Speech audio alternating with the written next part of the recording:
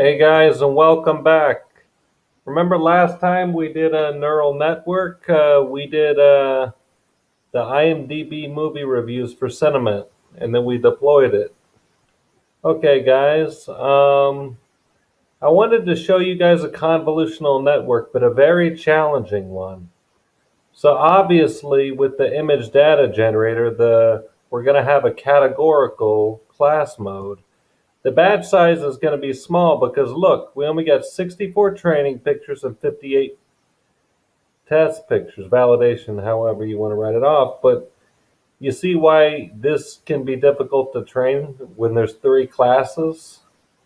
Okay, the reason why you do a 3 right here, or you can do a convolutional 128, is because there's three classes. And then since there's three dense neurons, you want to do a dropout, right? And then the last one after flatten must be the same amount of logits, right? So that would be a 3 with an activation of sigmoid.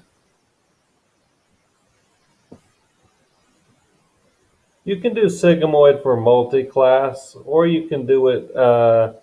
I personally like it better than softmax, even for categorical. But sigmoid usually is better with binary, but you can do it for multi-class as well. Okay, guys, as you can see, the validation loss is why it didn't do perfect. It predicted Mercedes as a Mercedes, right? With the test pictures. And these were test pictures it wasn't trained on. You know, right here, downloaded, put in here. Okay, here's where I made a mistake. It thought this Audi was a Mercedes.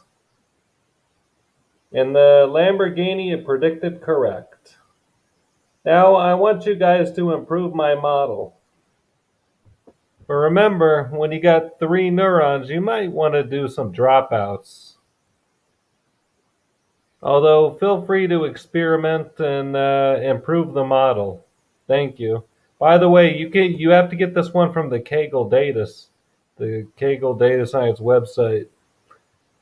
It's a very small amount of pictures. It's what makes it more tough to train.